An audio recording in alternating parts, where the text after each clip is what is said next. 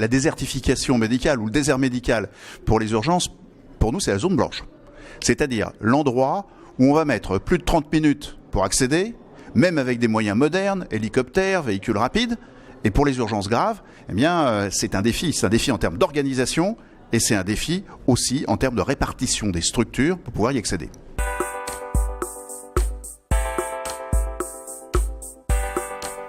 Alors, il faut réfléchir, pour éviter donc la désertification, à une couverture efficace du territoire. Et le territoire, c'est la bonne maille. C'est-à-dire, dans chaque territoire, réfléchir de manière très pragmatique à qu'est-ce qu'on fait pour amener celui qui en a besoin au bon endroit pour être soigné. Et évidemment, c'est dans les urgences graves que ce problème se pose avec le plus d'acuité, avec le plus de danger en termes vitaux. Donc, on réfléchit et on dit voilà, vous êtes au milieu de nulle part et vous avez la douleur thoracique. Maintenant, c'est à nous, avec les moyens qui existent, avec notre organisation, de vous mettre en 60 minutes sur la table de coronarographie pour enlever le caillot qui risque de vous provoquer l'infarctus.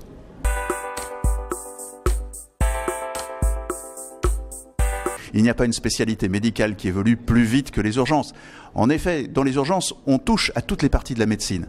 On va prendre un exemple extrêmement simple. L'AVC, en très peu de temps, la thrombolyse, suivie de la thrombectomie.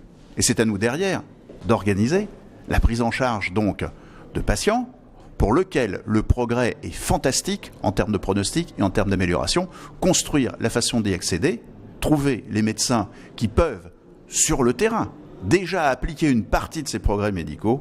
Vous imaginez bien que c'est quand même quelque chose d'extrêmement moderne et surtout d'extrêmement motivant pour les jeunes médecins.